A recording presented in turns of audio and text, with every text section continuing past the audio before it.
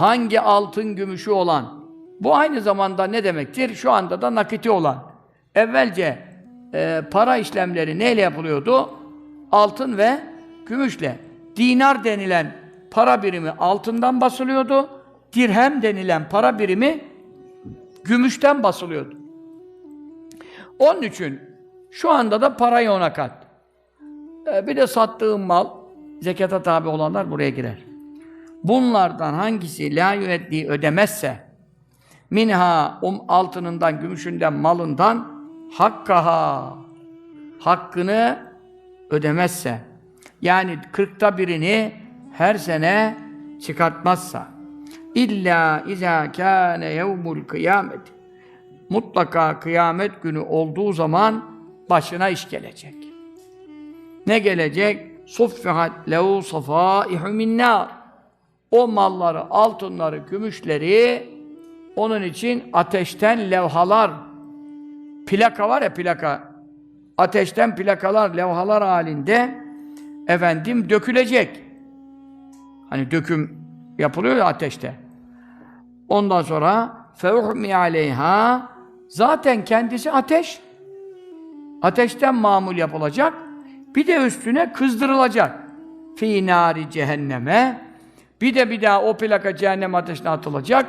O cehennem ateşinin de harareti hiçbir yerde yok. Ondan da kat kat üstüne kızdırılma yapılacak. Sonra getirilecek. Adam mahşerde daha cehenneme gitmemiş. Dikkat et, daha cehenneme gitmemiş. Bu olay cehennemde değil. Buraya dikkat. Mahşerde de feyukva, dağlama yapılacak, yani basılacak. Biha, o ateş tabakaları onlarla basılacak. Cembuhu, yanlarına, ve cebinuhu, işte sağından solundan hizasına gelen, yanlarının hizalarına gelenlere, ve zahruhu, sırtlarına, tamam mı? Önlerine, sırtlarına dağlama yapılacak. Yani ateşten plaka getirilecek, cos diye basılacak. Orada da deri mi kalır, et mi kalır, hatta kemik mi kalır? Ölmek olsa 1000 kere ölecek de ölmek yok, yeniden dirilecek, bir daha bastırılacak. Mahşer, hey gidi mahşer. Şimdi burada şu rivayette var, Taberani'de ayrıyetten bir ilaveden çıkıyor, o diyor. Bukhari Müslim'de çıkmasa da Taberani'deki rivayet buraya ışık tutuyor diyor. Ve yuvessa'u cismuhu la külla ve in kesurat. Şimdi adamın çok malları var. Adamın mallarını levhalara koysan, tabakalara bassan, adamın vücudu kaç? Benim boyum 1.65. Enim ne kadar, bilmiyorum ki kaç santimim ben. Ya kilom aşağı yukarı 70. Şimdi o kadar fazla malı olan adamın bir orasına bassan, burasına bassan yer kalmaz. Öyle değil diyor. Sen onu düşündüğünde Allah düşünemedi mi haşa? Bilmedi mi haşa? Allah düşünmez de haşa. Bilmedi mi haşa? Çünkü nedendir buyuruyor? Malı ne kadar çoksa, buradan diyelim ki Boğaz Köprüsü'ne kadar tabaka yapsan adamın malı çıkar. Bu adamın neresine basacağı bunu? Adamın zaten eni boyu neyse en fazla olsun 2 metre. Eni olsun 1 metre. Ne kadar büyük olacak adam? Allah Teala onun bedenini genişletiyor. Etlerini, derilerini genişletiyor. Eğer 100 kilometrelik malını toplayıp tabaka çıksa, levhaya bassan 100 kilometre, adamın vücudu oluyor 100 kilometre. O kadar derilerini, etlerini genişletiyor. Ondan sonra bastıkça basıyor. Bütün bedenine şimdi 1,5 metrelik bir deriye, ete ateş basmakla 100 kilometrelik deriye ateş basmak acısı bir olur mu? Mevla azabını artırmak için yapıyor. Sonra ne olacak peki bu?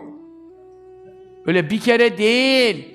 Küllema, her ne zaman ki beradet, eti soğuyor, kemiği soğuyor, derileri soğuyor. U'idet lehu fi kulli yevmin. O mallar kaybolmuyor, zayi olmuyor. Tekrar ateşte kızdırılıyor. Sonra cehenneme bir daha bırakılıyor. Cehennemden en büyük hararetleri yükleniyor. Ondan sonra geliyor, tekrar buna basılıyor. Ne kadar sürüyor bu? Bak Bukhari, Müslim hadisi. Ayet neyse oldu. Fî yevmin kâne mikdâruhu 50.000 sene. Fî kulli yevmin, her bir günde. Ama öyle bir gün ki o miktarı ne oldu? 50.000 sene oldu. Yani cennete cehenneme gitmeden evvel mahşer kaç bin sene sürecek? 50.000 sene. Ya bunu konuşuyoruz ya. Ya biz buna inanıyor muyuz ya? İnanmıyorum desen kafir olursun. Tabii inanıyoruz. İnanıyoruz ama bu iman bizim kalbimizin neresine girdi ya? Mahşerde 50.000 sene sırf beklemeyi göze alabilir mi insan ya? 2 rekat sabah namazı kadar kıldın geçeceksin. Sıratı şimşek gibi geçeceksin. Bunu yapmak için şu amelleri yapacaksın. Deniliyor bize bu kadar zamandır. Biz bunları yapmadan duruyorsak, o 50.000 sene ben nasıl, Sırat 7.000 sene, 7 tane karakolda durak, tevkif ve teftiş var, 7 durakta, her bir karakolda 1000 sene, mahşer 50.000 sene, Sırat 7.000 sene, 57.000 sene, bu eza ve cefa, güneş tavan boyu yaklaşmış, bu sıkıntılar, hele bir de zekatı vermediysen, bastırıyorlar, çekiyorlar, bastırıyorlar, çekiyorlar.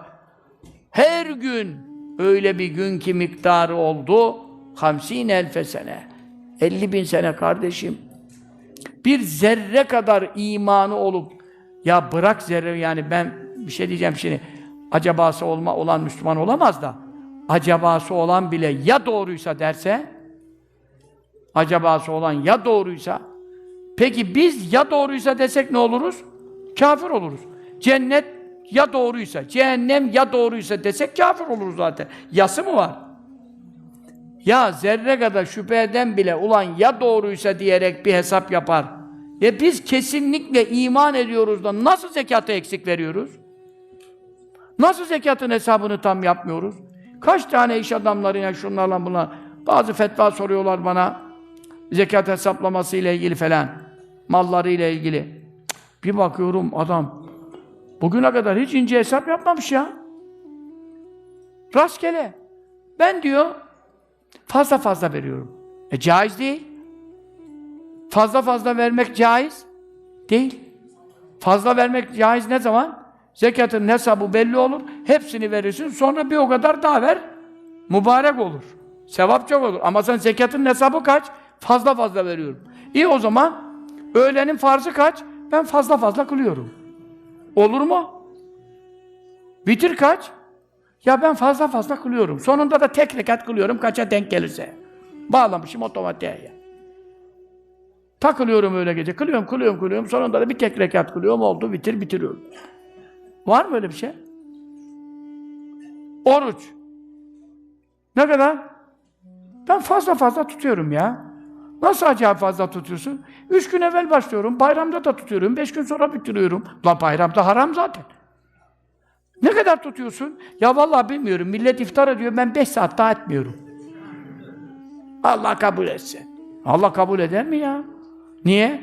En sevdiğim kulum diyor, iftarı vakit girer girmez en acele yapandır diyor. Sen Allah'a meydan mı okuyorsun?